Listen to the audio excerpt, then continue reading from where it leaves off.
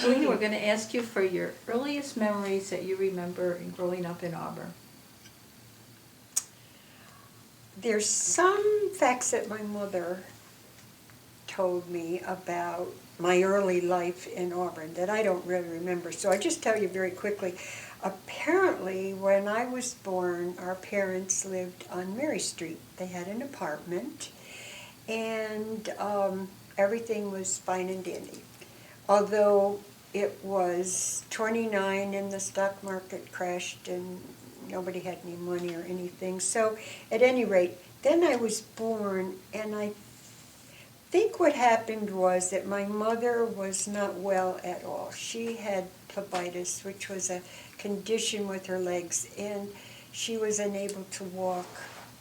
And therefore, when it was time for her and me to be discharged from the hospital, she went to her own mother's, Grandma O'Connor, who lived on Parker Street, to be cared for by Grandma O'Connor because she couldn't walk.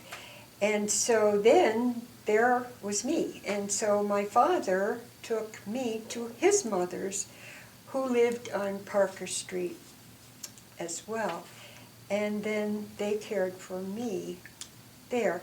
I believe at that time they broke up their apartment on Mary Street because my mother wasn't able to work, and my father had no job, and they had no money, and my grandparents, my dad's parents, took us all in.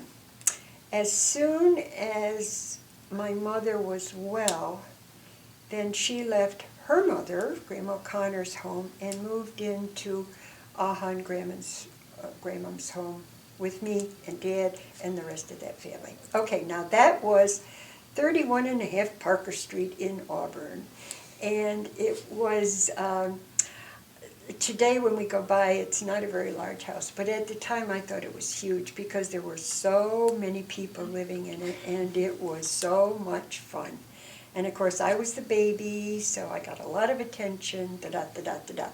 And the people that lived there were my great-grandmother, Margaret Corcoran, who had come over from Ireland, and that was my grandfather's mother.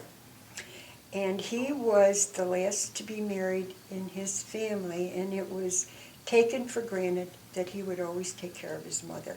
So when my grandfather married my grandmother, he told her, part of this marriage is you got to take care of my mother. And my grandmother said, okay, and lo and behold, she did.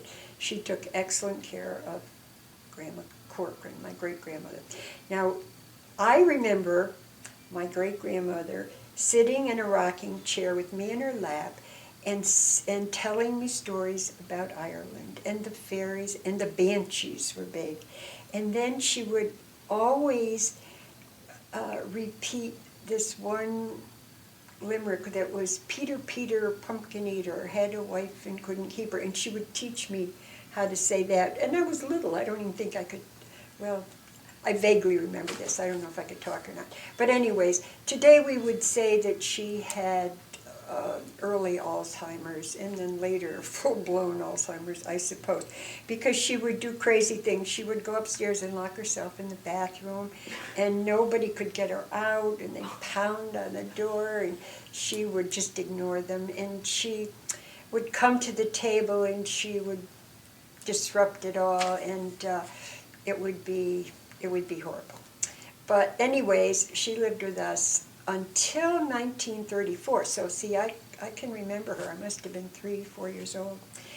And then she died in the bedroom upstairs, and I distinctly remember that. I remember everybody surrounding her bed with candles lighted and saying prayers. And then I remember being taken downstairs, and they had called the undertaker, and he came to the house, and he went up the stairs and brought her down. And then she was laid out in the parlor, and I don't know if she was embalmed or not. Where did they maybe they took her out and embalmed her and brought her back. I don't know. But anyways, she was laid out in the house, and that was a big deal when she died. This Grandma Corcoran had a large family. She had Aunt Minnie, her only daughter, Aunt Minnie Lyons, who was Buzzy's grandmother. And she had Uncle Eddie, who was the drinker. We didn't like him very well. And then she had Uncle Jimmy, who was the black sheep, and he was the rum runner in Syracuse. And then there was Uncle Will, who went to Holy Cross and graduated.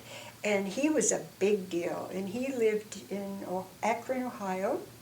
And when he would come to Auburn to visit, everybody would go crazy, fixing everything up because he was a celebrity coming to visit.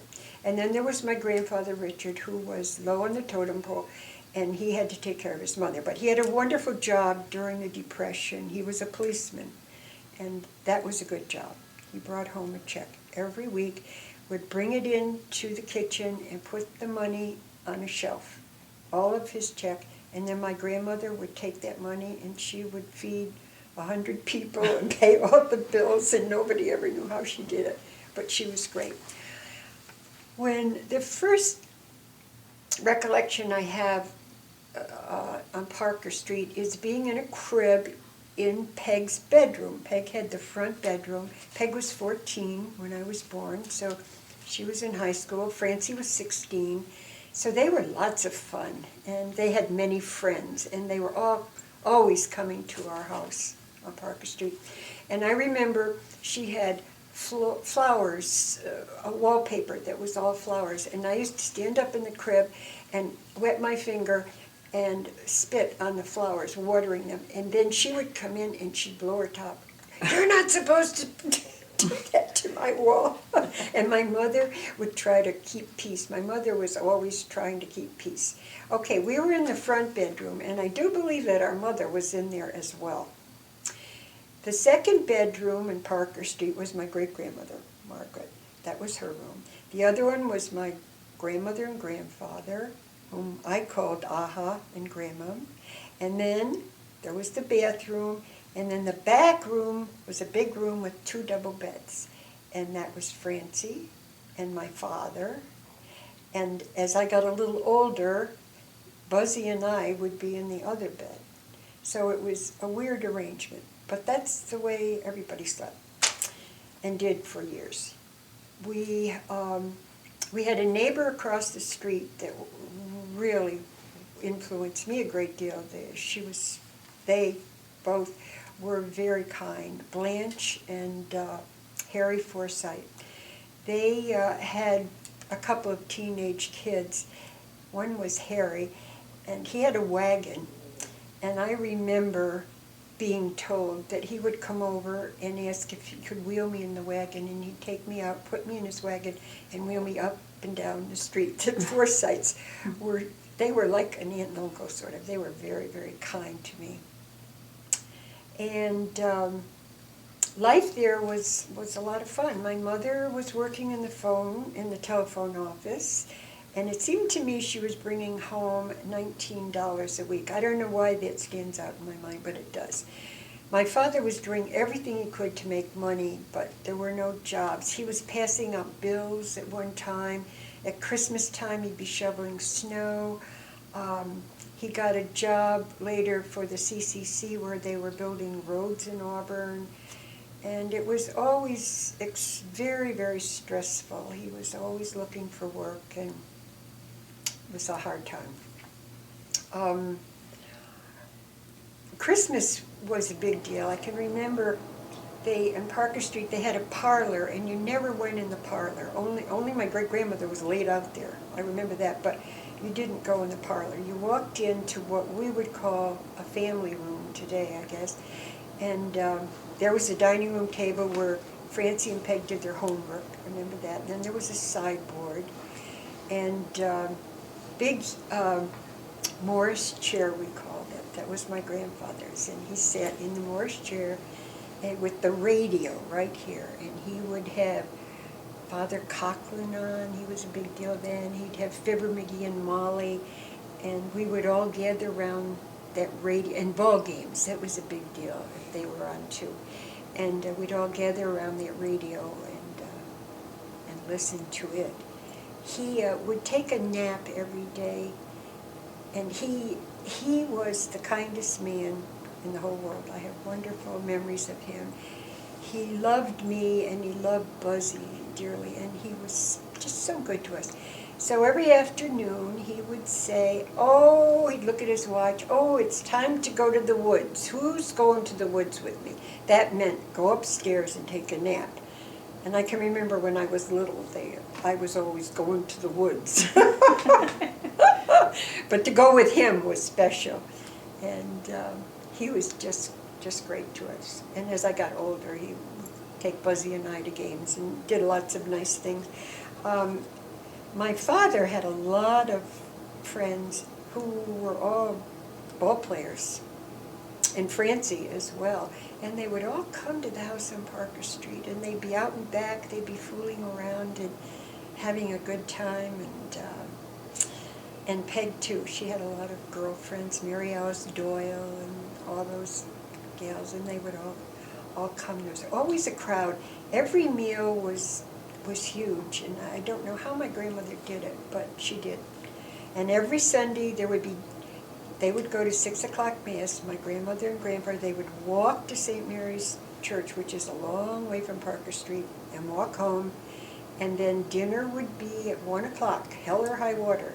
You had to be ready to sit down at 1 o'clock, after which my grandmother would have made the pies and done all this cooking. And then everybody relaxed.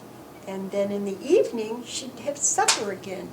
And she'd put more food on the table. Like if she had a pork roast for dinner, for supper there'd be cold pork sandwiches. It was just, she was amazing. She was a great, great person. And she probably influenced my life a great deal. She was always very, very kind to me. And I just loved her dearly. And of course, she took care of me a lot because my mother was working and all of that.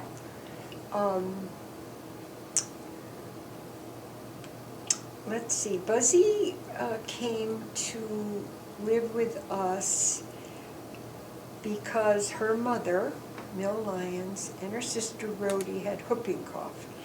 And Peg has told us this story. You know, they couldn't take care of Buzz, and she was little, so she came and she stayed for about 3 years, I think it was. And so she and I were very close at that time, and then continued to be close evermore. And they just loved Buzz half to death. I had a playmate in the neighborhood that was very special. She lived across the street next to the colored church where Harriet Tubman used to go to attend services. And this little girl's name was Pauline, and she was black. But I was telling you, Pat, I didn't know she was black. And she would come over and we'd play together outdoors all the time. And I remember coming in and having to wash our hands before we ate. And I always wondered why her hands were always dirty. She could never get them white like mine. It was like, what's wrong with her, you know?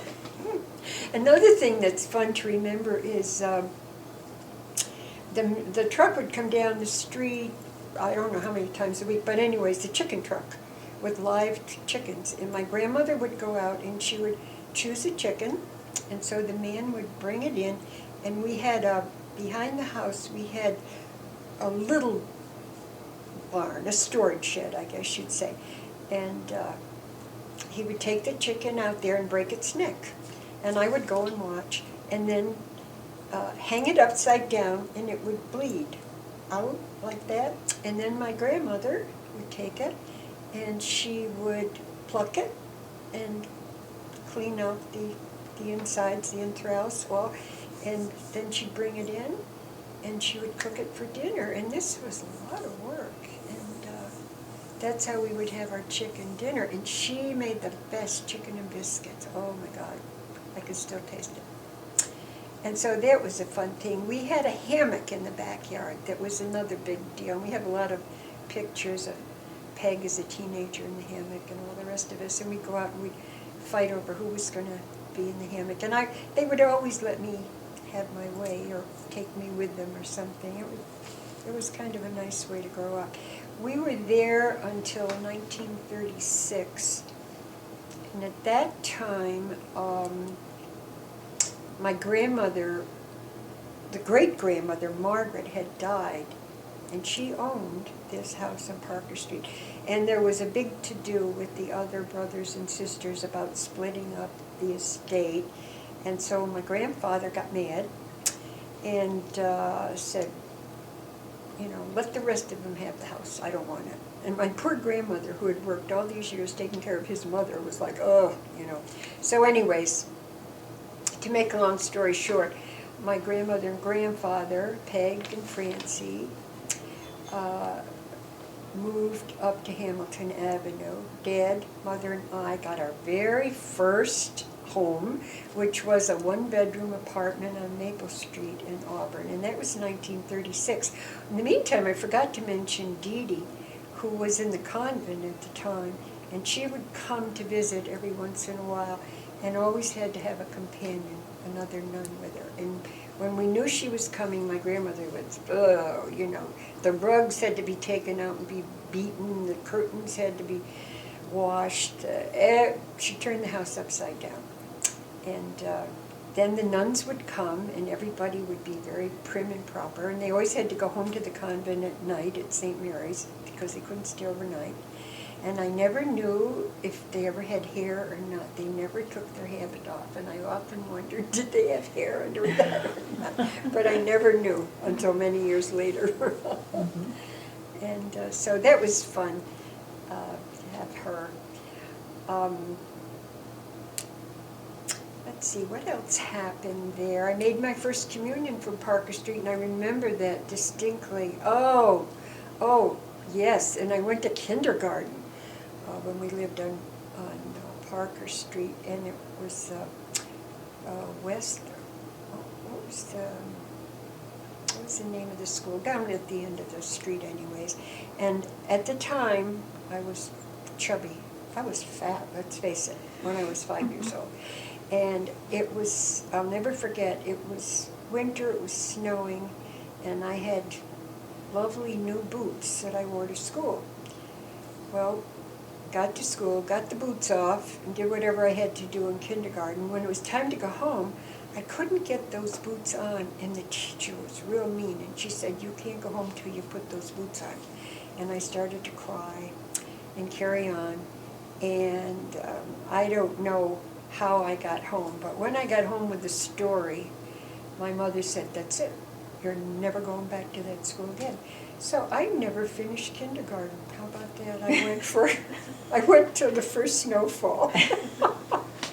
And that was the end of kindergarten. I stayed home and was so happy that I didn't have to look at that teacher again, and everybody made a big fuss over poor little Jeanne who couldn't get her boots on or off or something like that. And I suppose then they put the boots on for me. Then I went to first grade at St. Mary's School. Now we're still in Parker Street. And they didn't have a lunchroom, but some kids came from afar. And if you brought your little bag of lunch, you had to bring a note from home saying that you needed to stay in the school.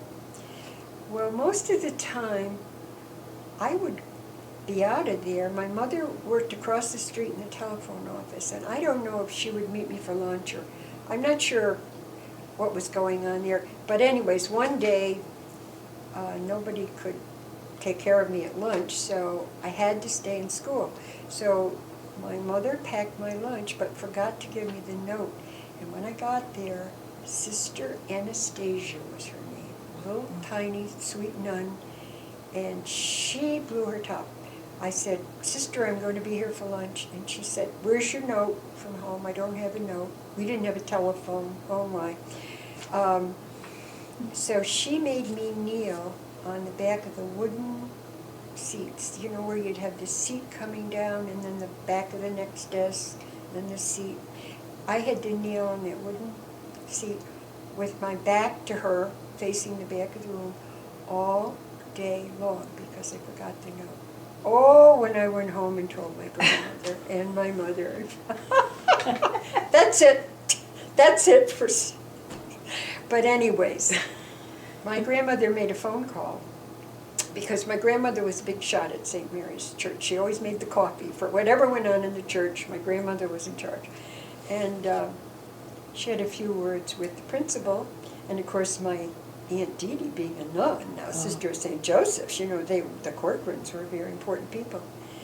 And never had any trouble staying with my lunch after that. But the fun thing was, when I was in one of the grades, 3rd grade, the window in the room faced across the street where my mother was working in the telephone office. And she would always have a break during whatever shift she was on. What did they call it? Something like, not recess, but I don't know. So she would tell me, she'd say, now at 11:15 I'm going to have my break.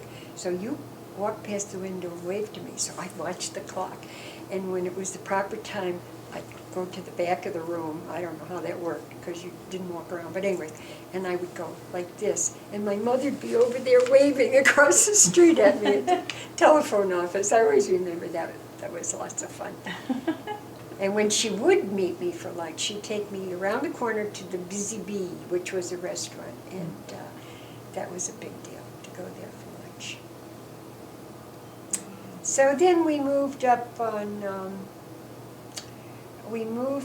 Maple Street, and that was heaven. Then we got all new furniture, and we got the blue chair. That later on, that was Pat's timeout. And she spent many hours in the blue chair. And I inherited that blue chair when we broke up our mother's home. And then when I broke up my home, Chris inherited the chair.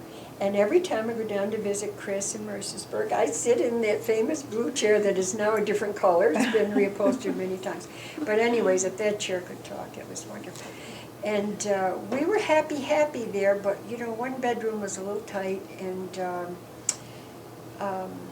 things were, I think at that point my dad had a job at Elko, probably, yeah. And still not enough money, and you know, not good. My Uncle Frank bought me a pair of white ice skates one Christmas. I remember that. And my mother, who was athletically inclined and could skate figure eights and backwards and forwards and all that, took me over to Hoops Park, and they laced up my skates, dragged me out in the ice, and my ankles went kaput. Because I was fat then and awful. I couldn't skate, and it was freezing cold, and I hated it. And my mother's, come on. I'm like, oh, no.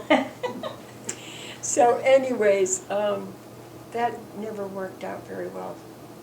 That would be punishment when I'd have to go over there. The other thing my mother wanted me to do was to learn to swim, because she was a good swimmer. So she joined the Y and had me join the Y, and I took swimming lessons, and I hated to swim. And I still hate to swim, and this is why. She would make me go to the YMCA and take lessons. And I was going pretty good, and then I got out into the deep water, but I was always afraid, and that was good. But then the next step was you had to dive. Oh my God. You had to get up on that diving board, and the teacher was teaching us how to dive. They had like a one-way window, a room with a one-way window, and my mother would sit behind this one-way window in agony, watching me out there trying to swim, trying to dive, and I would be like, oh, I don't like this at all. But that went on for quite a while. She was determined to make an athlete of me, but it really never materialized.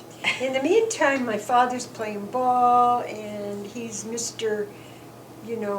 Great Athlete, and Francie is too. And we're going to all kinds of games, and then it kind of moved up to the Y field up, near Mary Street, off Mary Street, the YMCA field, and that was interesting. We would, when my grandparents moved to Hamilton Avenue, I would go over there a lot and spend the night, spend the weekend, they were just great.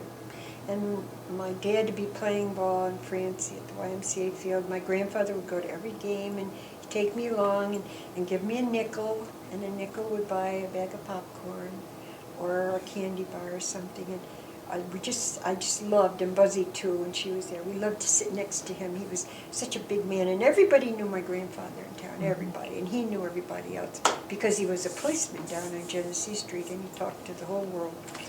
And oh, he was just great, just great. So then we were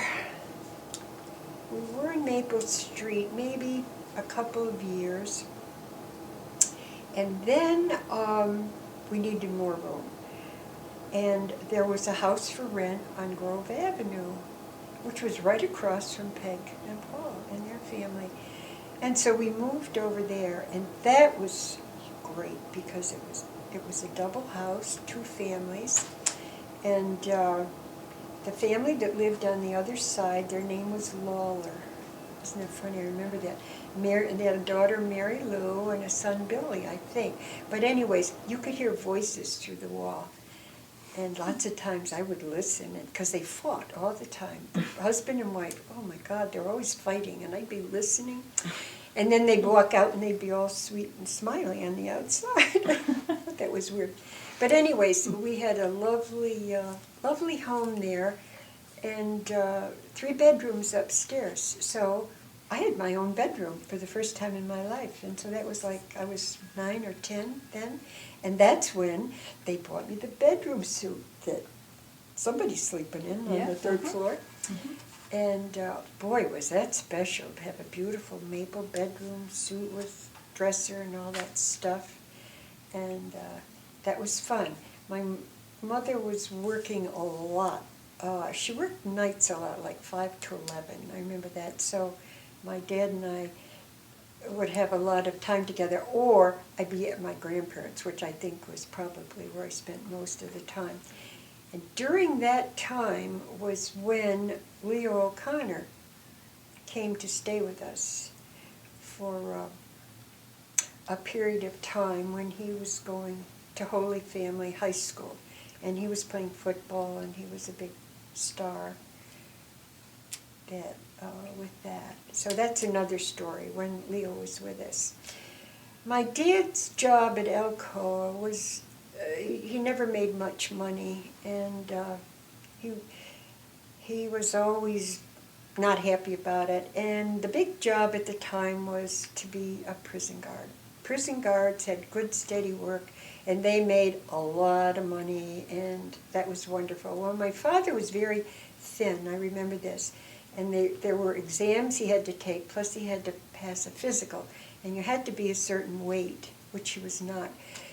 So they would be feeding him milkshakes with 2 or 3 eggs and bananas, I remember that, and trying to put weight on him so he could get his weight up to pass this physical. And it was touch and go because, and my grandfather, who knew all the politicians and everything, was trying to pull strings to get my dad on the prison. And eventually it happened. But before that, another memory I have is it's 1939, and it's the World's Fair in New York City. And my mother and father never, ever had a vacation. But for some reason or other, they decided to go to the World's Fair. And I was not included because I was always getting carsick. The only place we ever went was to Rochester to visit Dee Dee, who was in the convent. And every time I would get carsick and ruin the whole trip. And so they never took me anywhere. But anyways, the day came and they were leaving to go to New York City without a reservation at a hotel, not knowing people there, but they were just going to go. And and Leo, I remember, was with me at the house at the time. And I'm standing at the door, and my mother's kissing me goodbye, and my dad, and they're going, and I start to cry, and I'm waving goodbye, and they take off down the street, and my mother and dad apparently had a big fight over leaving me home, and that wasn't the thing to do. So the next thing I know, they come back around the block, and my mother runs in. She says, "Come on, you're coming with us." And I'm like, yes, I'm going to the World's Fair. So she grabbed whatever was needed, put me in the car. Remember, the air was a little blue. My father wasn't happy. But anyways, off we went to the World's Fair. We got as far as Binghamton, and I started not feeling well. And then, I always remember that Route 17 trip. We got to Deposit. Just before we got to Deposit, I upchucked all over everything. Oh my God, my father blew his top. I told you so, you know. And my mother's like, oh geez. And I'm like, oh God, I hate this car. My father pulls in the driveway in Deposit, New York, turns the car around, straight back to Auburn. None of us ever went to the World's Fair. And nobody spoke to anybody, I don't think, for weeks. And of course, my grandparents and everybody that thought we were off to the World's Fair, they were like, oh my God, they're home, what happened, you know? That was the end of the World's Fair. That was 1939, I remember that distinctly. So then, so then he takes the exam for the prison, and gosh, he gets appointed, and that's wonderful. Of course, he would love to have been appointed to Auburn prison because, you know, this is Auburn, the place that he loves, all his family, all his relatives.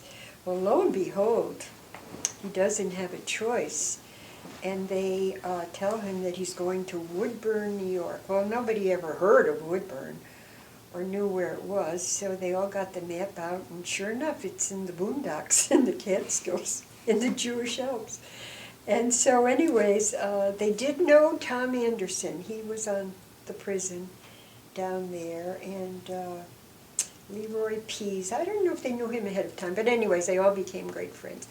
And so they went to, so I was moved into my grandmother's again. I kind of went in and out of my grandmother's home many times.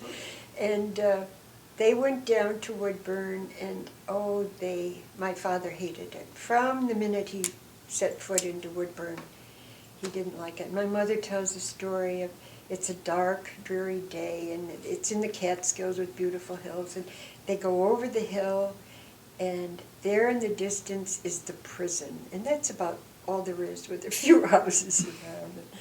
They said, out of the dark the hell descended, or what was it? He had some saying, he said, and it was just awful. It was not at all like Auburn. It wasn't a city. Anyways, but it was a job. And so the first thing he did was put his name on the list to be transferred back to Auburn. Well, that was 1941, and he didn't get back to Auburn until 53, I think. So all of those years in between, he spent wishing he were back in Auburn. And believe you me, we went to Auburn every long weekend. He'd have a day off, a different day every week, and then every 7 weeks he'd have a weekend. And whenever that was, we drove to Auburn and drove back on that old Route 17 that was narrow, and oh my goodness, it was hard. We rented a little house in Woodburn that was adorable. It was a cute little house, but it was next door to a Jewish synagogue. And so every Saturday morning, bright and early, we would be awakened with chanting and music, and everybody with yarmulkes coming up and down the street and carrying on. And it was kind of an interesting life there. But that was, so then I had to transfer to school in Woodburn, which was 4 rooms with 8 grades in it, two grades to a room, and I was in the 5th grade at that point. And once again, I was chubby, and I appeared at school. I think it was like in February they moved down there or something. But I know I had a beautiful coat, and I had a hat, and I had gloves and boots, and that's the way you went to school in Auburn. But in Woodburn, kids didn't dress like that. You know, they had probably hoods and babushkas and God knows what. So I appear in the 5th grade, and oh, do they make fun of me. Holy Moses, you know. So that first night, I'm walking home from school alone, and there's a whole gang of kids behind me, and they're teasing me all the way home. And this one girl grabs my hat, and we had to walk over a bridge to go home. She grabs my hat and threw it in the river.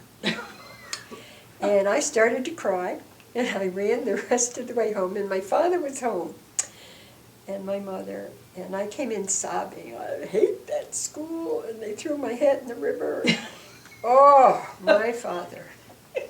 He was going to kill everybody in the school, in the town. Who did it? Who did it? I don't know their names, but anyways. There was one boy, his name was Bernstein, and his father ran a little store. He marched right down there, got that father and said, your son, look what he did. And oh, he went to all the parents. He was madder than the devil. And then that night they sat down and they said, you're not going back to that school with those rotten kids. You're going back to Auburn. Life was not easy for me. So anyways, I didn't go back to that school, and I went to Auburn, and I finished the 5th grade, and they were so glad to see me at St. Mary's School. Sister, whatever her name was, oh, Jeannie's back, oh, wonderful, My grandmother's thrilled, she's got me again, and my grandfather, nobody will ever hurt you, you're going to live with us. Oh, my God, they were so protective. So anyways, I finished the 5th grade. Now it's summertime, and my parents are in Woodburn, and Woodburn is pretty in the summer. And all the people from New York come up, just let it go. And all the tourists, and there's a lot of excitement and everything.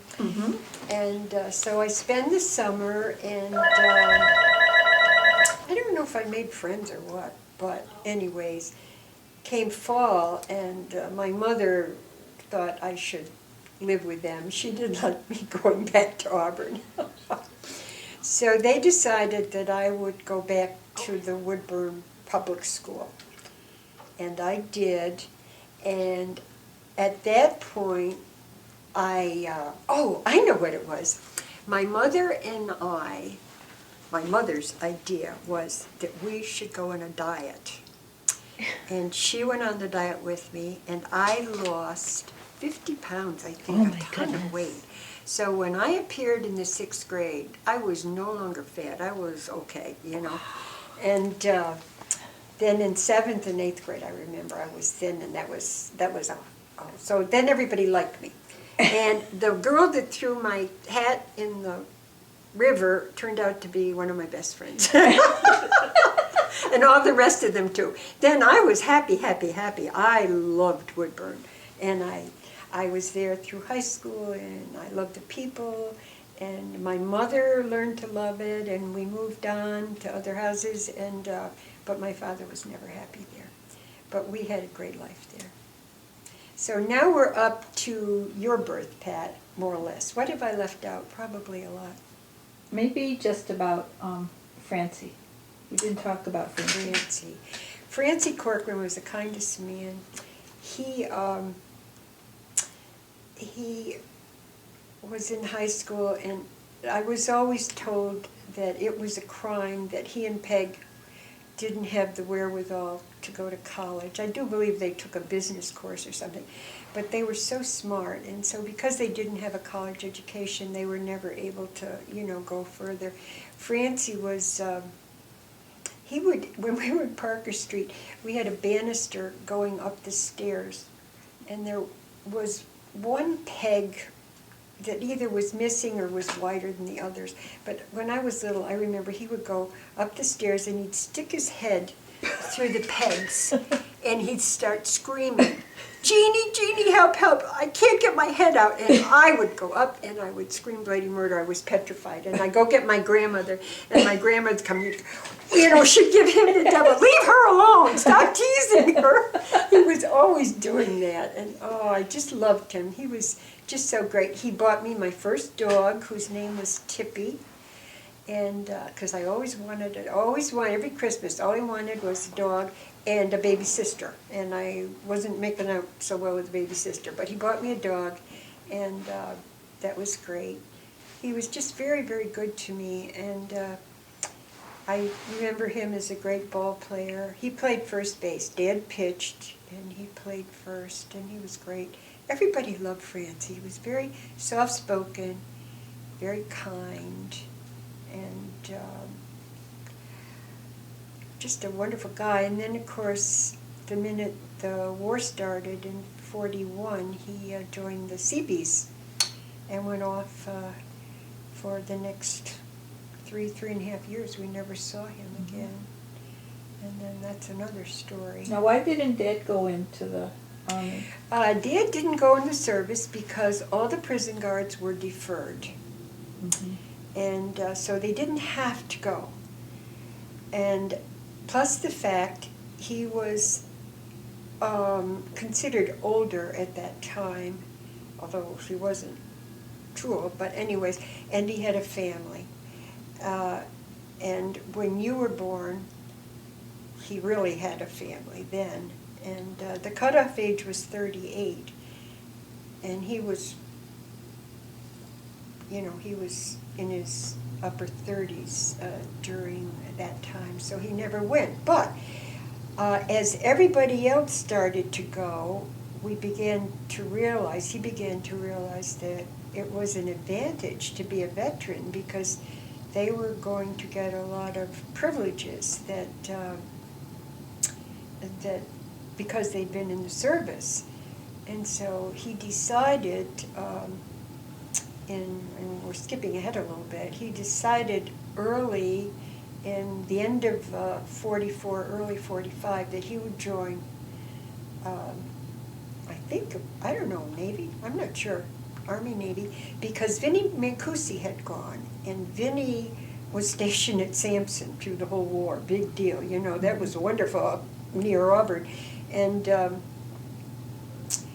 so anyways, Dad decided he would join the service. So they broke their house up in Woodburn, and I was in high school at the time. I went to live with Mancusi so I could finish the year out. Mother and Pat moved back to us in Auburn, and we got, I don't know what, they put all our furniture in storage, I guess, and the war ended. And he never got to go.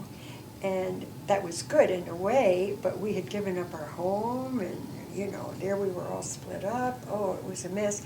Plus, he never got veterans preference in his job. He could have been running the whole prison, but all these other veterans moved up, and trying to get back to Auburn too, it put him lower on the list. Veterans had preference for that. So he lost out there, but, it was a crazy time. Mm-hmm. But it was important to have prison guards that couldn't all go in the service, Right. They had to guard the inmates, so that's why he didn't go in the beginning. So tell about when I was born. Oh my gosh. That was so exciting when you were born. We were living next to the synagogue in Woodburn. And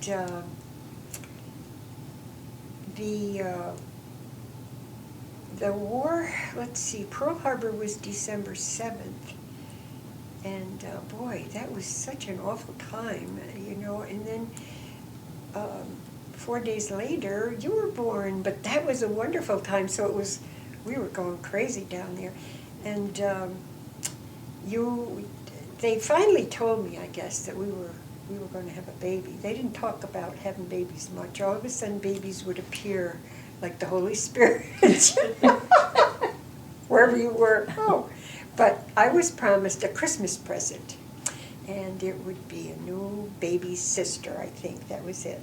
Well, in the meantime, they had chosen a boy's name. It was to be Patrick Michael, and so anyways, it was a really cold, snowy night in Woodburn, and the hospital and the doctor that Mother was going to was in Monticello, and that was like 10 miles away, and you're in the mountains on, windy roads and what have you. So anyways, I do remember that it was late at night, and Mother wasn't feeling well, and I was 11 years old, and I didn't really know what was going on. But anyways, they said, guess what, we're going to the hospital. So I wasn't sure why you were going to the hospital, but I figured out the next day, And they went, and they got Roy Pease to come over and stay with me, and off they went. And I remember Dad was a nervous wreck, and Mother was scared to death. And off they went. And then in the morning, I had gone to bed, I guess, and Dad came in and woke me up, and he whispered in my ear, "You have a baby sister." I was like, "Oh my God, isn't it wonderful? Oh, how great." And so then we got ready, and he took me over to the hospital and to see you and Mother, and you were behind the glass in the nursery, and so we walked down, and he said to the nurse, "We want to see our baby," and she brought you out, and you were all wrapped up, and you were so cute, so little, and I was thrilled to death. And Mother was in the hospital, a while then. You didn't come right home. But anyways, when you came home, that was it. I was taking care of you. You were my baby. You were my Christmas present. And you never had a babysitter. I was always it. They would, after, I'm sure a year or whatever, I don't know what, whenever they did go out, which they hardly ever did in Woodburn, but, you were the one that I would hang out with. And then we dressed you up. We curled your hair. You were always like a doll, always. We just loved you. And of course, all my friends were envious because they didn't have little baby sisters like I did. And so everybody loved you, and everybody made a big fuss, Then we couldn't wait to get you to Auburn to show you off to the family, because nobody ever came to Woodburn. It was like going to California, it was too far away. And brought you up, and I remember the time you were baptized, they had told me my Christmas present, baby sister, I could name her. Okay, fine. Her name will be Nancy Carroll, because I was reading Nancy Drew books, and I love Nancy. So on the birth certificate, Nancy Carroll Corcoran. So we got you home, and Mother and Dad were like, "I don't think so," but, "Oh, Nancy, she's so cute." So anyways, without telling me, they quickly changed it to Patricia. Well, they wanted Pat. That was it. And then when we got to Auburn to baptize you, everybody was fooling around with, what are we going to put with Patricia? Patricia Margaret, oh my God, Ada. We said somebody should call their baby Ada. Nobody wanted to. That was my grandmother. Nobody wanted to use that name. So finally somebody said Joanne. How about Joanne Patricia? Because Joanne and Jeanne, even though we're not going to call you Joanne, it's going to be Pat. So anyways, there you were. We're going in the church, and I remember Peg was so excited. She was your godmother. Mm-hmm. And who's your godfather? Was it Paul? Maybe Paul, because Frank and Dee Dee were my godparents. So anyways, the priest says, "And what will we name this child?" And Peg says, "Joanne Patricia." And we all went, "Yes, that's a great name." So then they went back and changed your name from Nancy Carroll on your birth certificate to Joanne Patricia, or however they did that, I don't know. But that was a very special time, and you were so cute.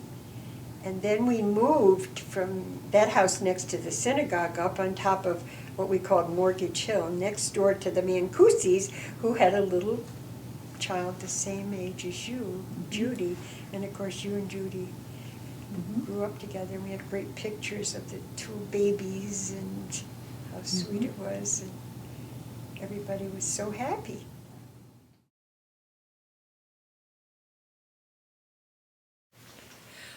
Tonight we're going to talk about the other side of our family, which is the O'Connor family. Now, my mother was Charlotte Teresa O'Connor Corcoran.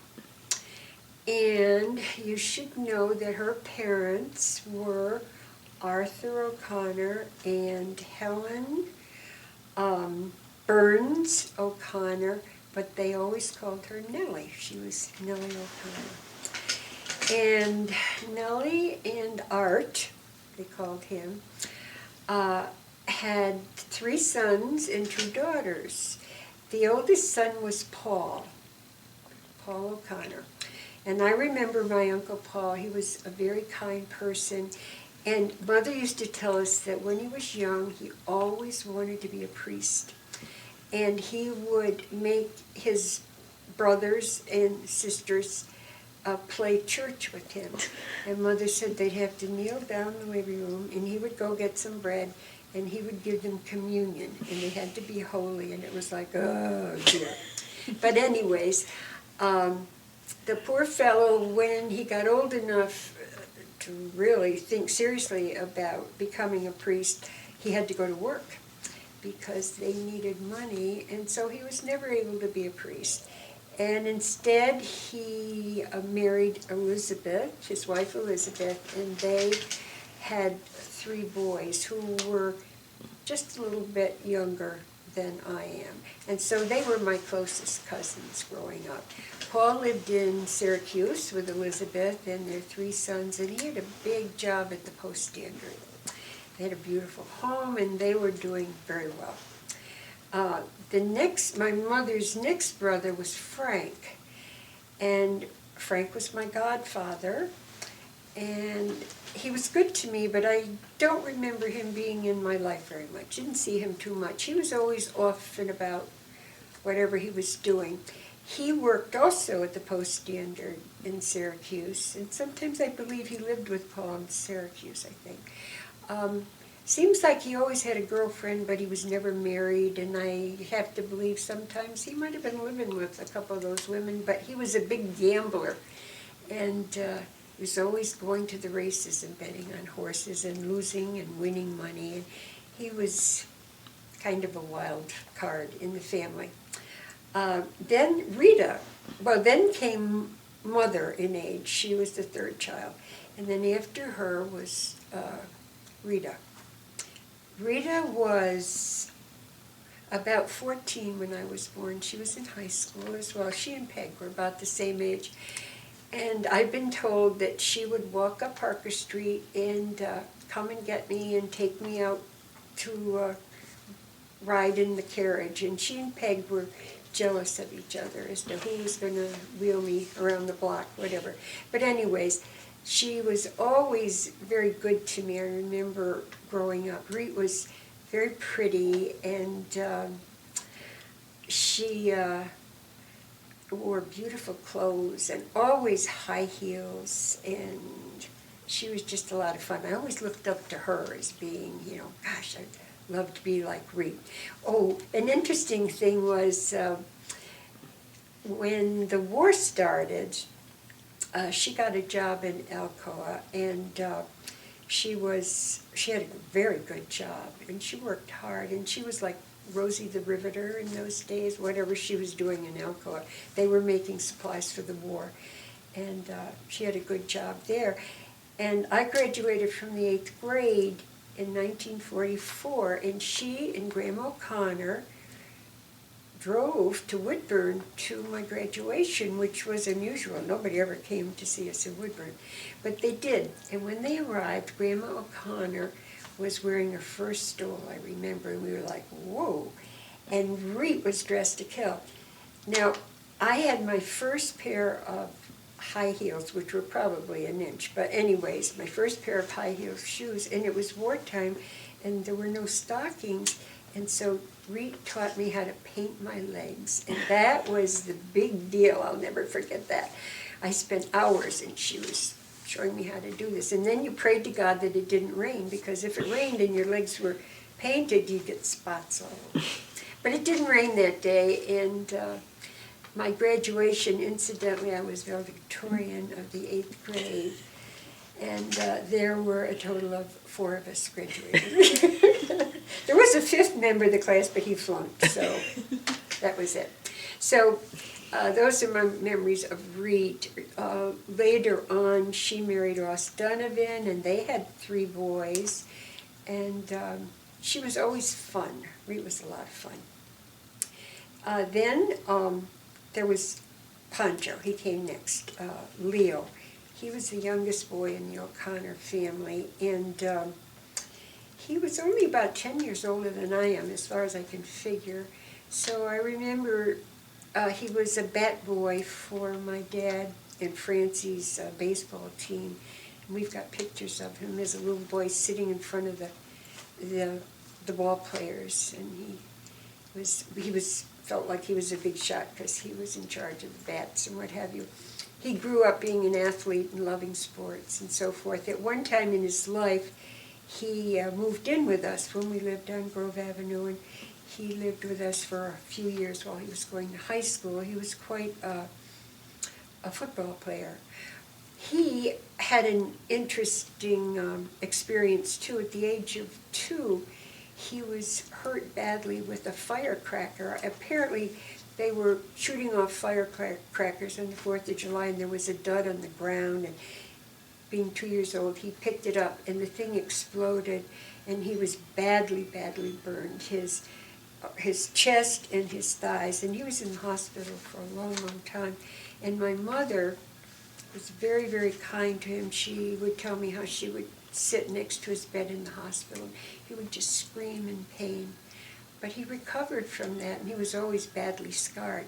But he went ahead and played football, and then went in the service and fought in Europe, and he had a harrowing experience. Pancho, we don't know, I checked. Nobody knows where he got that nickname. He didn't know where he got it, but he was called Pancho as a very young child. So that stuck, and Leo was always Pancho, which was an endearing name. He married Kate Keenan, is that her name, I guess, in 1956, and they were just a wonderfully kind couple. They didn't have a family, regretfully, because they loved kids, and they were always good to our family, and to all the cousins as well. Another thing I wanted to tell you about Art O'Connor, he was involved in umpiring big league ball games in New York City, baseball games, I guess it was. And he was kind of a man before his time, and he would go to New York and he'd be gone for days and days and days, and he'd be working, umpiring these big league games. And then Mother would say he would come home wearing silk underwear. Never quite knew what that meant, except the fact that he would make a lot of money and he would spend it on himself. And in the meantime, his family was home with no money. The O'Connors lived very frugally. They did not have much, and so my mother had to go to work at age 13, and she got a job in the 5 and 10. And she worked and brought every nickel she made home to her mother. At the same time, Paul and Frank, her older brothers, also had to go to work and bring home every nickel they made to their mother. And that was how they existed. Grandpa O'Connor apparently did not bring home any money, whatever.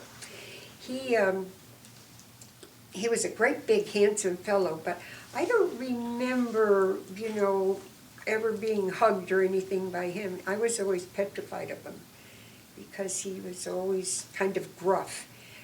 And he died in, 1936, I think it was, very sadly, and it was a hard time for them. They had nothing growing up, the O'Connors kids. Mother tells about not having proper clothes, and she had an Aunt Addie Crean, that loved her dearly. My mother was beautiful, and I couldn't help but think of her baby picture and Karen Yeoman's baby picture, and they both looked so much alike.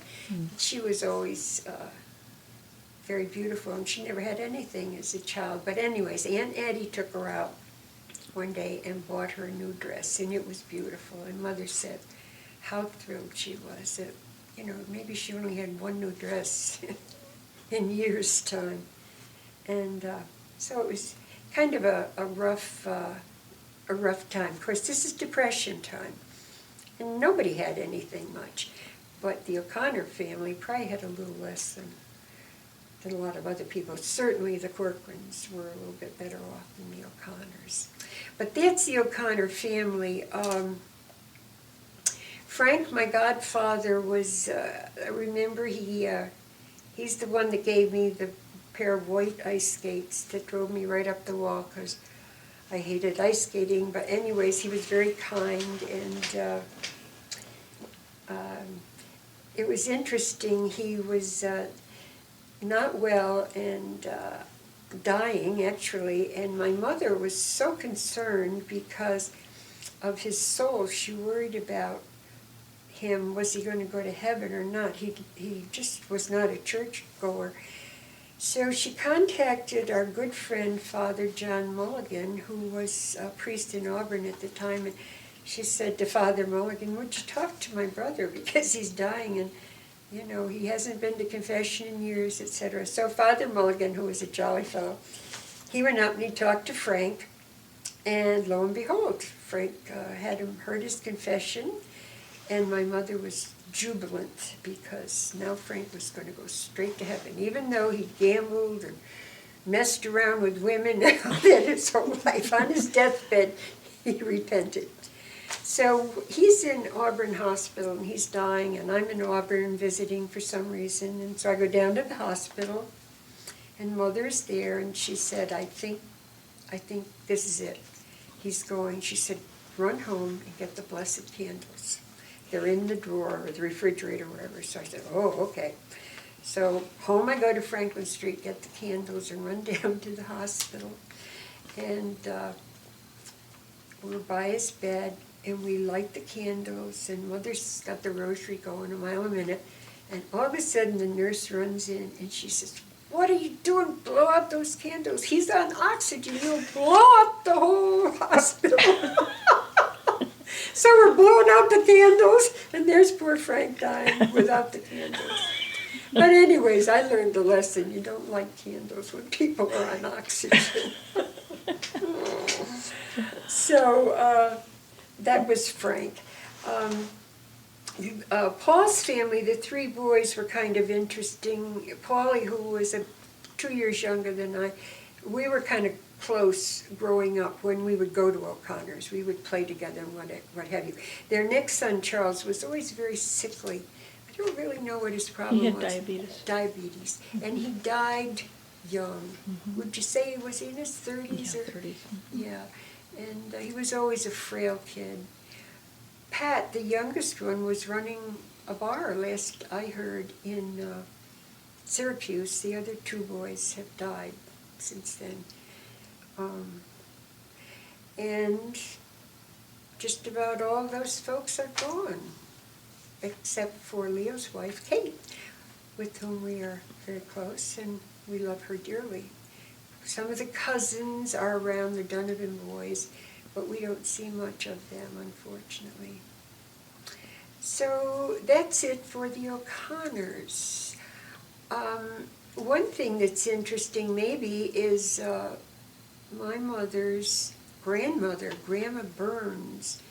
She was a tough lady, a widow, and she had a big family, and we have pictures of the Burns family when my mother was a little girl, and they were an interesting lot, real Irish family, and from Grandma Burns came her daughter Nellie, and then our mother, the daughter of Nellie. And so what else about the O'Connors can I tell you? Why was our mother called Charlotte? Oh, because Grandma O'Connor, Nellie, had a sister, Charlotte, who lived in California. And she was very close to her, and she loved her dearly. And when Aunt Charlotte moved to California, that was it. They didn't come back and forth. So I don't ever remember seeing her. I know that Grandma O'Connor went out to visit Aunt Charlotte at one time, but that's where our mother got her name. And now we have another little Charlotte in our family. We have Charlotte Corcoran, Ricky's little girl.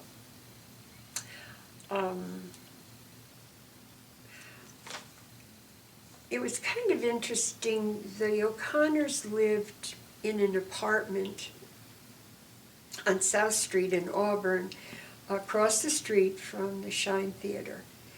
And it was not a very nice place to live, but it was a happy place. And I remember going there as a kid. My grandmother would be out in the kitchen, my grandmother O'Connor, and she'd be baking. And she would let me do anything in the kitchen. She'd give me a pan, and I'd take flour and sugar and spices and water and mix it all up and put it in a pan and bake it. And she'd say, "Oh, that's wonderful, and that's your cake," or whatever. And, there was no rhyme or reason to what I was doing, but I'd be next to her while she was doing it. I don't ever remember going there for dinner. Isn't that funny? Because they didn't have a lot.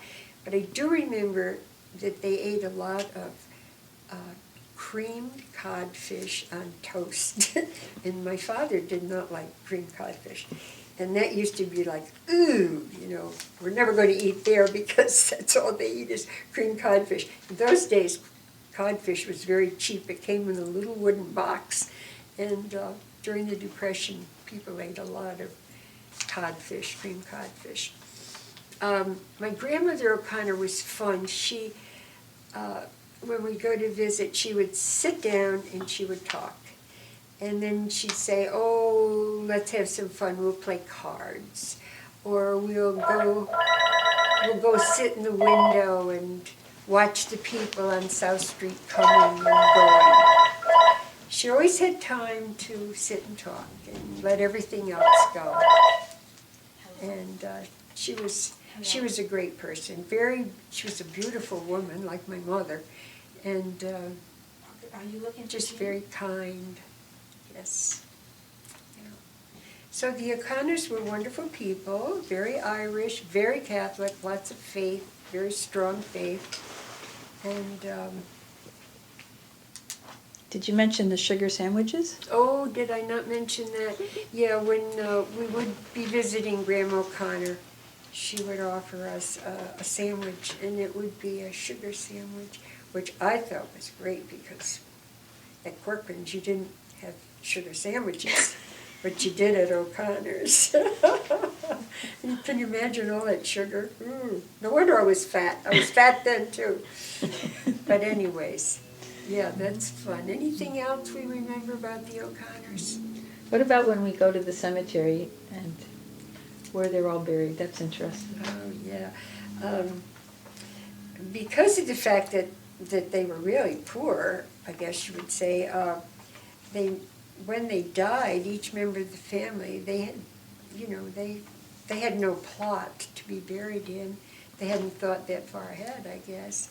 And so when Grandpa O'Connor died, they had to scrounge together the money for the funeral. I vaguely remember that. But he was buried in a plot that belonged to distant relatives. I don't know if it was Elizabeth's family or who it was way down there.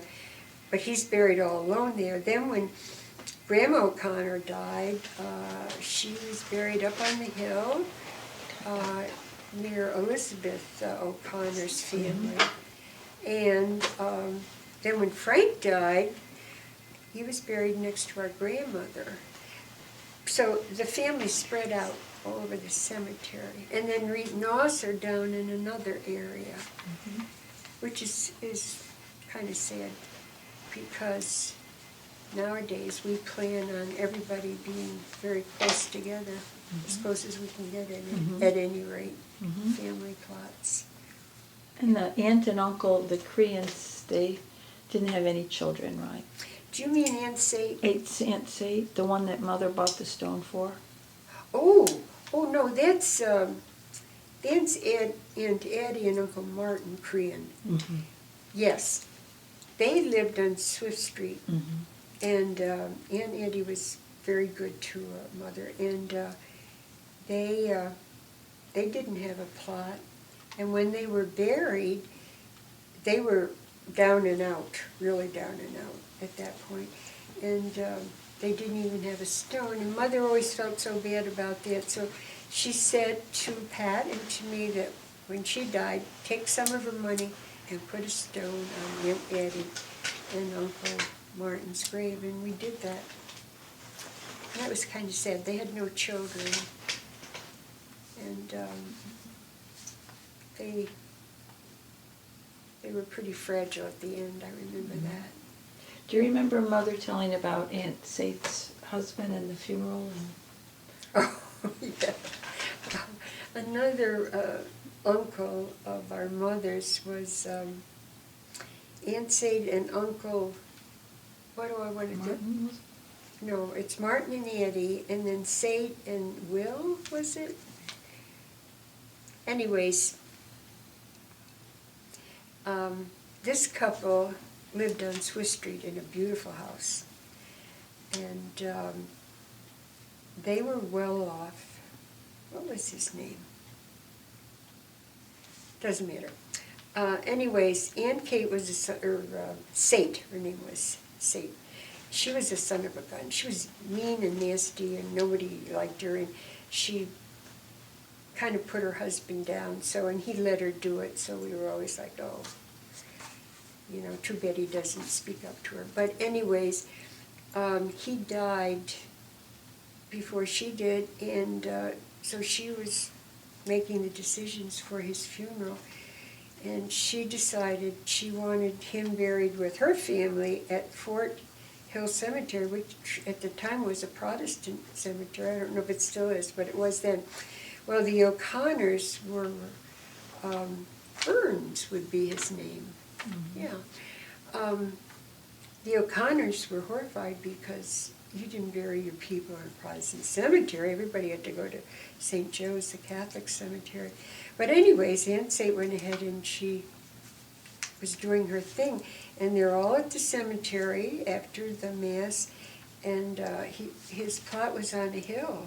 And Mother told us that while they were saying the prayers and getting ready to lower him, his casket fell off the beam somehow. It slid down the hill a little bit, and they always said that he was having the last word, that he didn't want to be buried in that Protestant cemetery with her people. He wanted to be up at St. Joe's with his people. And that was a big to-do, to have him down at Fort Hill Cemetery. And why can't I say his name? Aunt Sate and Uncle Will Burns. I don't know why Will is coming to me. There was another uncle there. This would be Grandma Corcoran's brother. His name was Eddie, and he was in the theater. He was an actor. And his wife's name was Margie. And they had 3 children. And the children were Margie, Eileen, and Joey Burns. And this couple died very young, and I don't remember what the cause was, but they left 3 children in Depression time, and nobody could take them. Here there were all these aunts and uncles, but they were all poor, and they couldn't take 3 more kids, and so they went into an orphan asylum for a period of time. And it was so sad because they were a little older than I. They were more like Peg's age, I think. Anyways, finally, this Aunt Sate and her husband decided that they would take them, and so they did. They took them out of the orphan asylum. In Rochester, kids, it was here? Here in Rochester. And they were mean to those 3 kids. Mm-hmm. They were terrible, and those kids just hated them, and they couldn't wait to get out. And the whole family felt so bad because they were being mistreated. That was very sad. And the funny part of it is that those 3 kids, the Burns kids, would come down to the Corcoran's house all the time, where my mother was, who would be their cousin. And Eileen and Margie were best friends with Peg, and Joey was younger, but he was always there too. So I knew them rather well, only because they would come to Parker Street all the time for meals and staying over, and we've got lots of pictures of them. But they had a very sad, sad life. Jack Burns, Uncle Jack, Aunt Sate and Uncle Jack. Right. And he was Mr. Milquetoast, and he just let her tell him what to do, and he would do it. And everybody was so annoyed. And everybody was hoping that she would die first, because then they had a little bit of money, I guess. Then the money would stay in the Burns family, but it didn't. He died, and her family was the White family, and so everything that they had went to the Whites, which was not right. How much money they had, who knows? But they did have a beautiful home on Swiss Street. By the Yfield. By the Yfield, yeah. And we have pictures of me on the porch as a baby and Mother and Dad visiting there. Because, you see, Aunt Addie and Uncle Martin owned the house first. And then when they hit the skids, whatever, they sold it for probably little or nothing to Uncle Jack and Aunt Sate. They kind of stole it from him, and that wasn't good. So that was a little bit of consternation in the family. Yeah. Yeah. Now tell about the war when Frank and us and everybody. Okay, when The the war, O'Connors.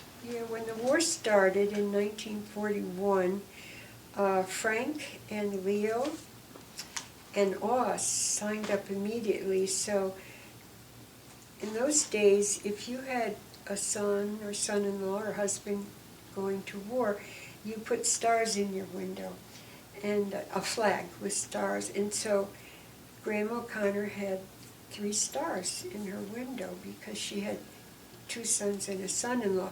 And then if you lost a son, you had a gold star. So you'd go down the street and every single house had a flag with stars in the window.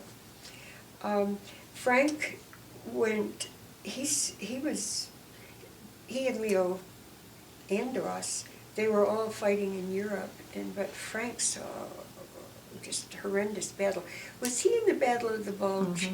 I thought so. And then I've heard him tell stories about being in France, and Leo as well, and some of the French people befriending them and giving them food and what have you.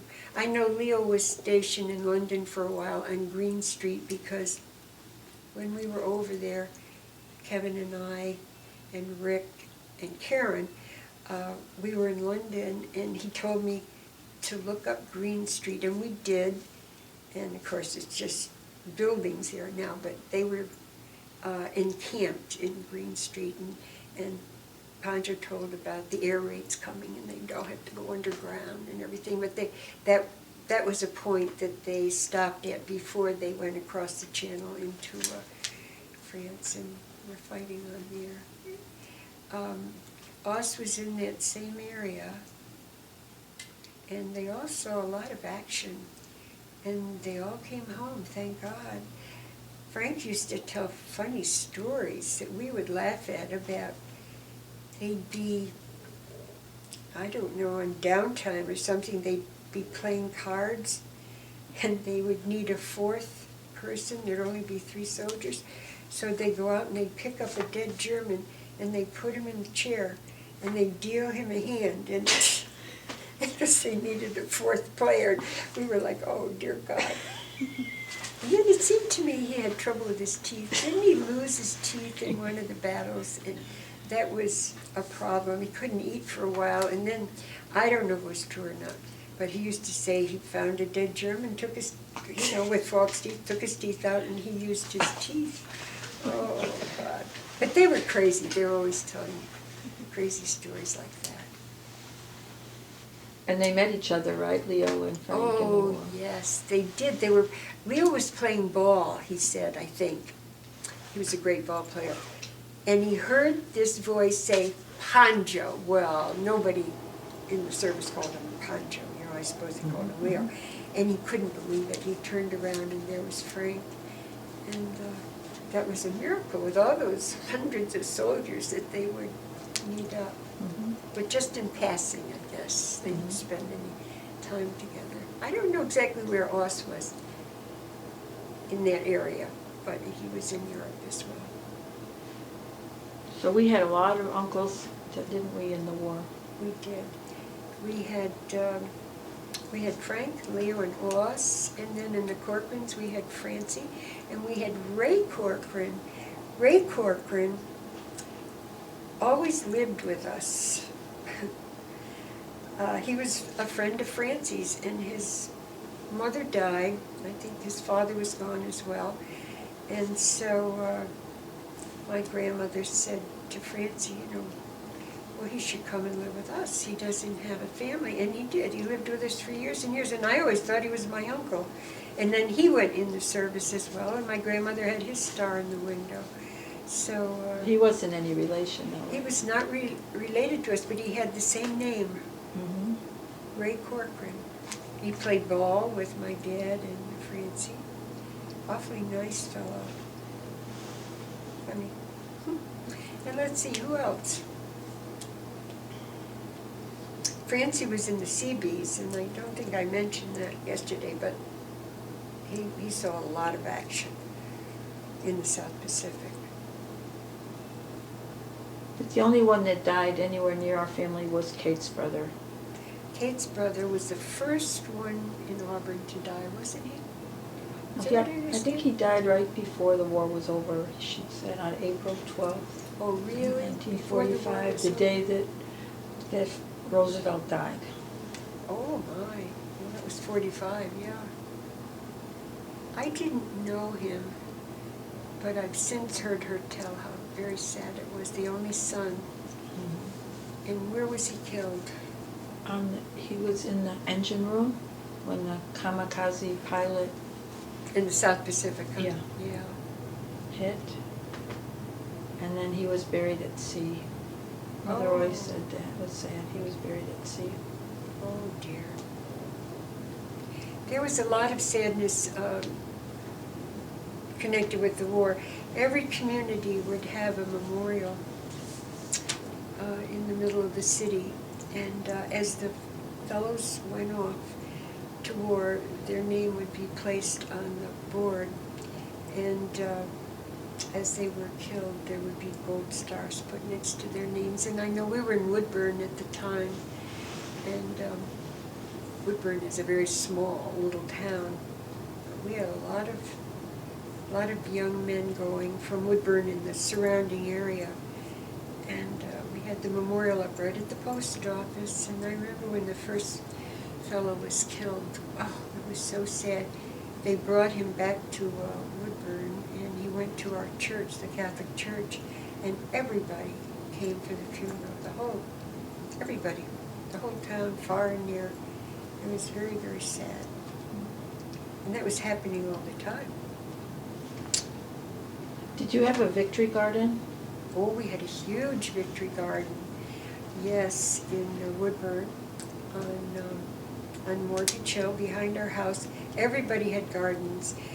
You couldn't buy a lot at the grocery store. They just didn't have things the way. There was no butter. No one had butter. That's when we first got introduced to oleo, which would be a white chunk, and you'd have a yellow button, and you'd try to make it yellow and look like butter. But anyways, very little meat, and no sugar at all. No tuna fish. I remember that. We missed that.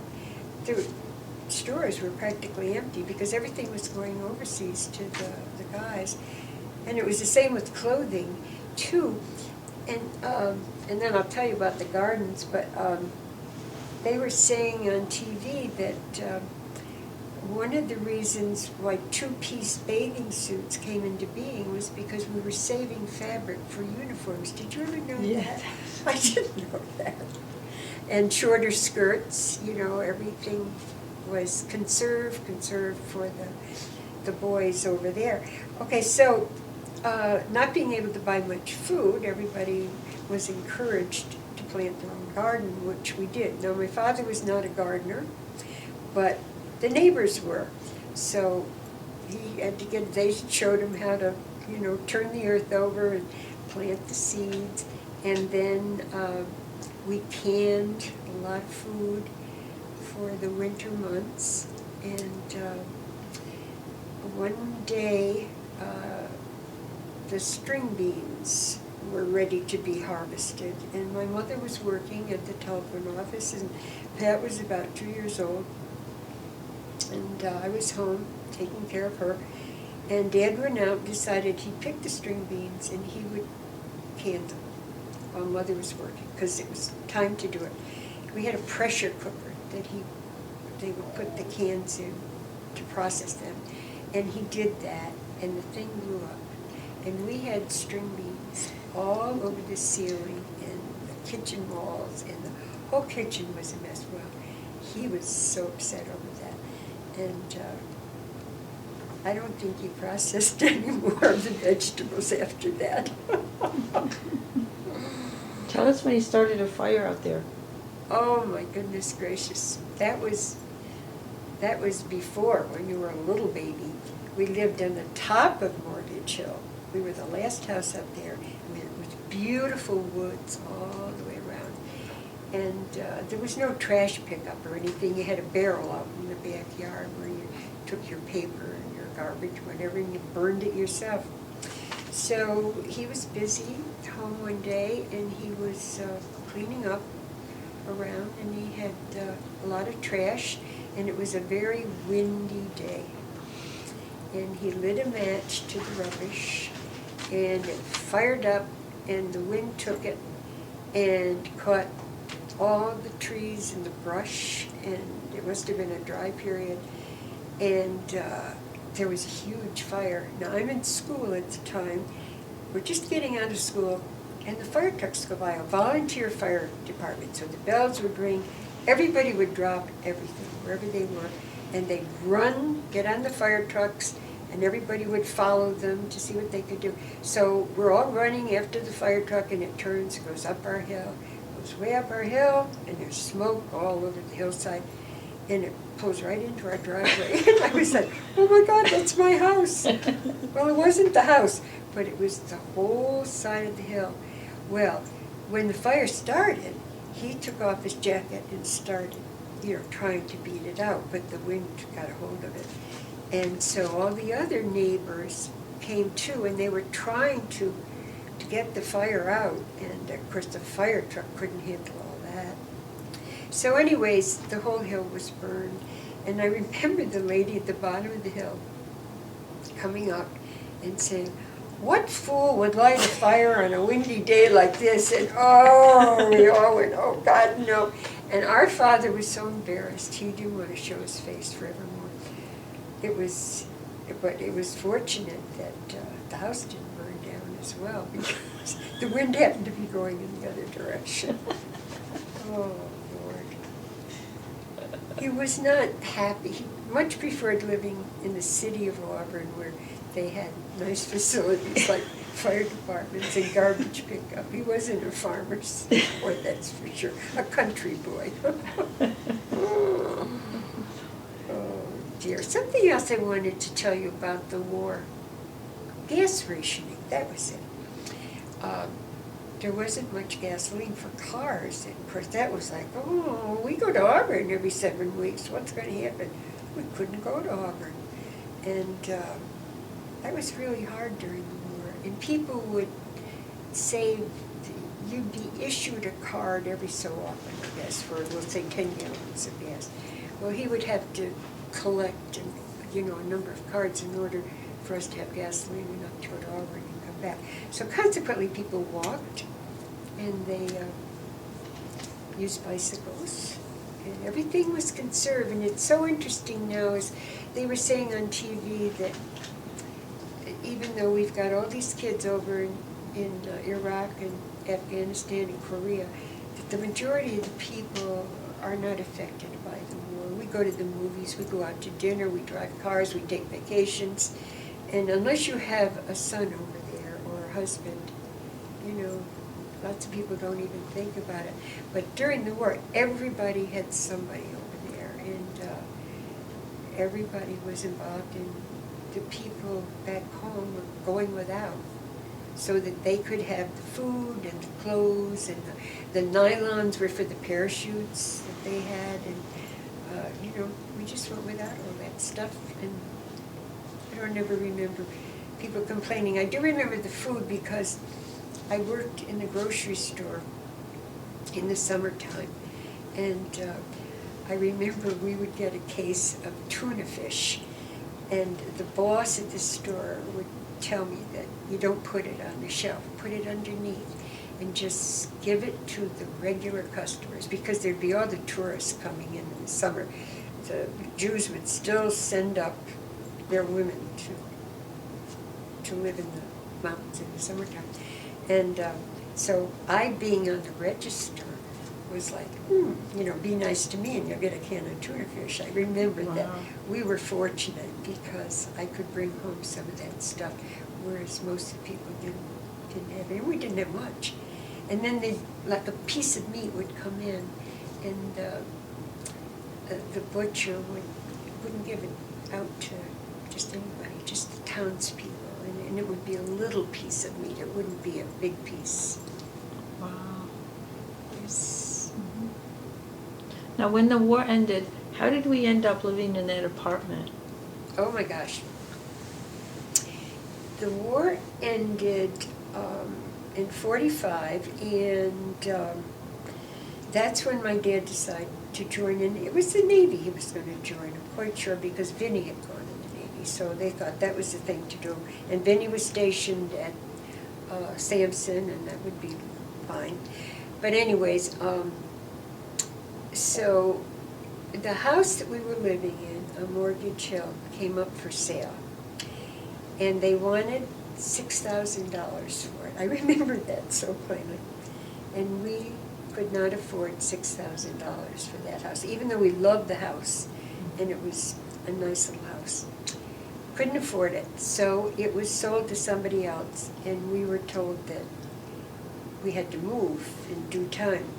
And so that's when Dad decided, okay, then I'm going to join the Navy, and we'll send Mother and Pat, who was very little at the time, 3 years old, send them back to Auburn to live with grandmother, with Aha and Grandma Corcoran.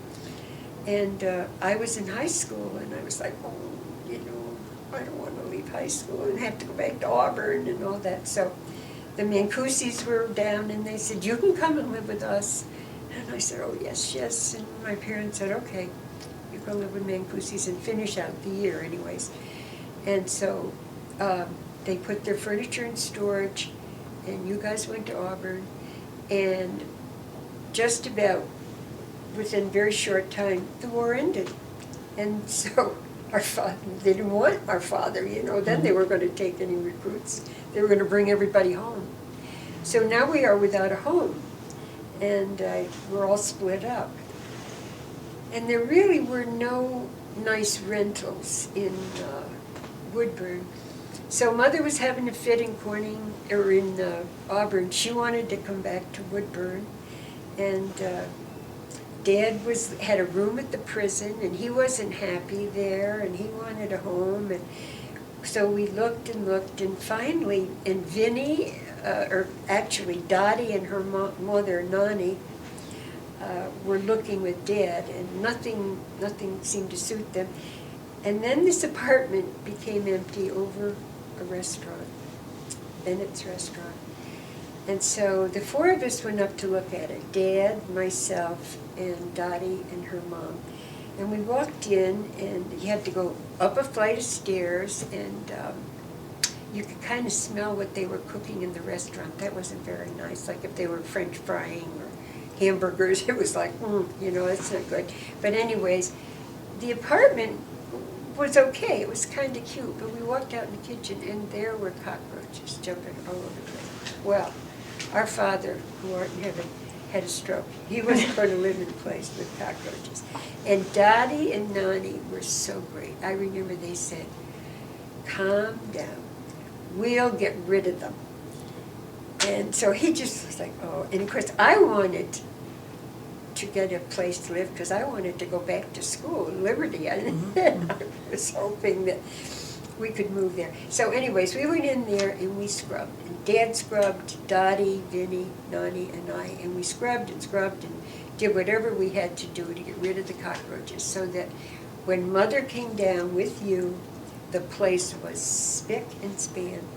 And we moved in there in 45, would that be? Yeah, because I went to high school from over that restaurant. And I mean, it was, by our standards today, it was the pits, you know, it really was.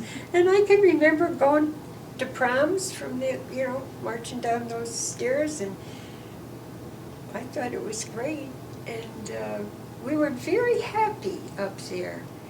But of course, they wanted a house, you know, but anyways. So we lived there all through my high school. I graduated from high school. Michael was born there. And then Dottie and Vinny, Vinny's mother, lived in Liberty, and they had a double house. And lo and behold, they lived in one side and rented the other. And the people in the rental were moving away. And so Vinny said to Mother and Dad, golly, there's going to be half a house for rent in Liberty. Would you be interested? Oh, yes, that would be wonderful. And going to Liberty was a big city, wasn't a city town compared to Woodburn. So I went off to college. Michael came home as a new baby. And they decided to move to Liberty.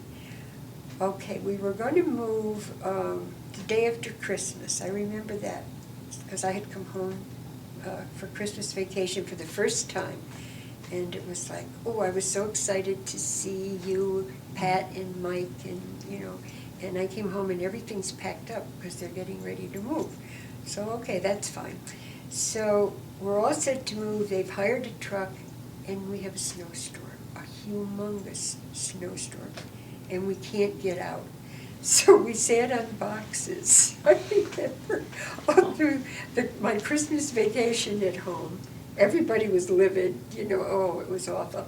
And New Year's Day, we were able to get out of that apartment and drive 10 miles to Liberty and move into the other side of Sherwood's home. And they were so kind. I always remember they came over and said, you're coming for New Year's dinner at our house, because we were like, oh, you know. And so we all went over to Sherwood's and sat down. We were exhausted. It was terrible with a new baby, and oh my gosh. But anyways, a couple of days later, I left and went back to school, and then they got all settled. And that's how they moved to Liberty. And all while I was in high school in Liberty, I would have loved to have lived in Liberty. Mm-hmm. But we always lived in Woodburn, so I missed out on some things in high school because we were 10 miles away. But I also was able to take part in a lot of things because of good people that would give us rides back and forth. Now, while you were living over the apartment, you had a chance to choose what high school you could go to, right? Yeah. Just like your grandchildren in Boston do. Yes. So now, how did that work out? When you graduated from the 8th grade in Woodburn, you had a choice. You could go to high school in Fallsburg, that was 4 miles down the road in one direction, or you could go to Liberty, that was 10 miles in the other direction.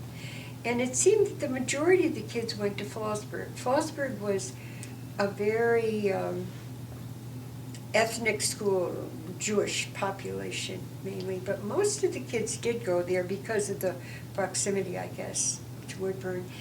Liberty was always a cut above, and I never really knew why, but there were more Gentiles. I guess that was in Liberty High School.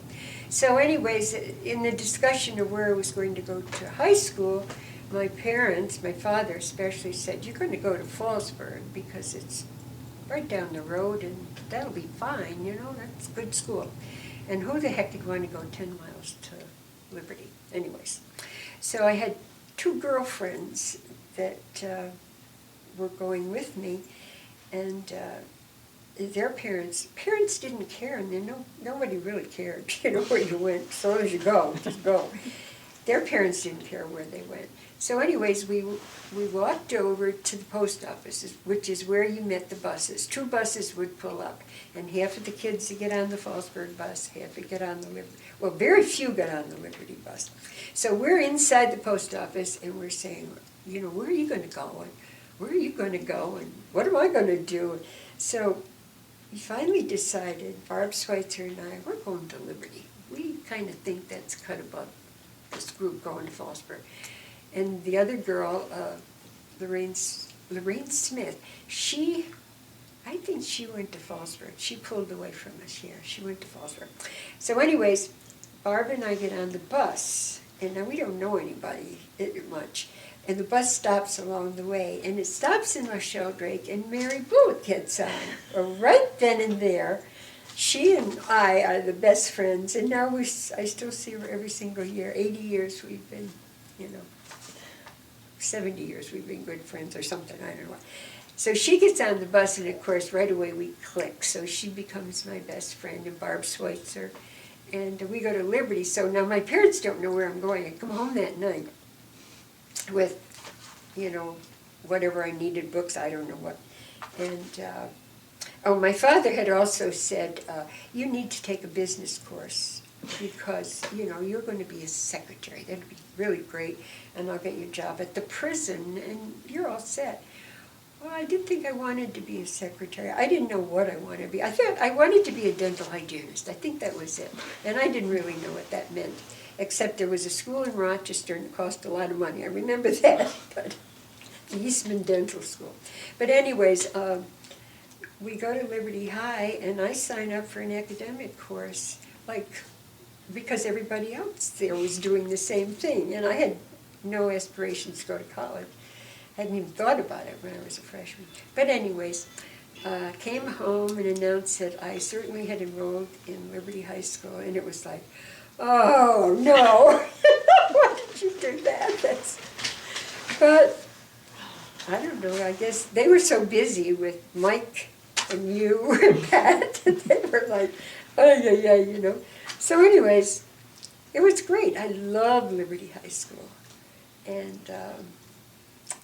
I just had the greatest 4 years ever, made a lot of friends. I had one friend that I would stay overnight with, like at a football game. Mother and Dad didn't like that at all. But it was the only way I could ever go to a football game because nobody could bring me back and forth after. They were all night games. And they weren't happy about that, but I got away with it a few times, I remember. Mm-hmm. And my ally was Dottie. And she would always intercede for me when Dad would be having a fit, Dottie. And another one would be their other friend,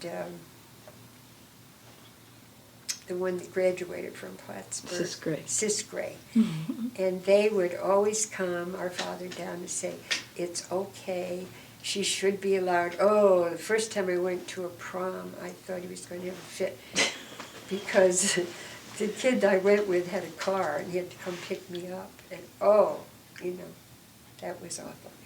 When I was a senior, I went to senior prom with a Jewish kid who was a wonderful kid. He became a doctor later. To go with a Jewish boy, that was, oh my God. Can't you find anybody else in that school? So anyways, I loved Liberty High School. And you were a great actress, right? I was in all the plays, yeah. I went out for cheerleading, but I didn't make it because I couldn't jump high enough. And that was a disappointment. But so then I went out for plays, and I made all the plays. It was good. I was a thespian or something. And it was just a wonderful 4 years. I loved it. Mm-hmm. And that was why I went to college, because of one of my teachers at Liberty High that influenced me. So. And she was the home ec teacher, right? She was the home ec teacher. She just graduated from college. So as I think back on it now, she probably was 21, 22 years old, And we were seniors. And she was teaching home ec, and I never took home ec because I was taking the academic subjects. And she started a charm club, and we all joined her. She was cute, and she had cute clothes, and we loved her. So we joined her charm club, and that's how we got involved with her. And she started talking to us in the spring, what are you going to do after graduation? And many of the kids were going to college or knew what they were doing, but I didn't know what I was doing. I'm going to be a secretary and work in the prison, I think. And Mary Bullock didn't know what she was doing, and neither did Barb Schweitzer, my friends. And she said, you girls should be teachers. You should go to Plattsburgh. We didn't know where Plattsburgh was. And she said there's going to be an interview. The dean's coming to New York to interview kids around the city who had applied to the college. And she said, I think you should go. And we said, we have no way to get to the city, and our parents certainly aren't going to take us. She said, I'll take you. Wow. And so anyways, she did, and we got all dressed up. I remember she made sure that we had gloves and a purse and had dressed like home ec students, We went to the Commodore Hotel in New York City, and the dean was there, Dean Lewis, who later was so kind to me, and she was so glad to see this girl. Her name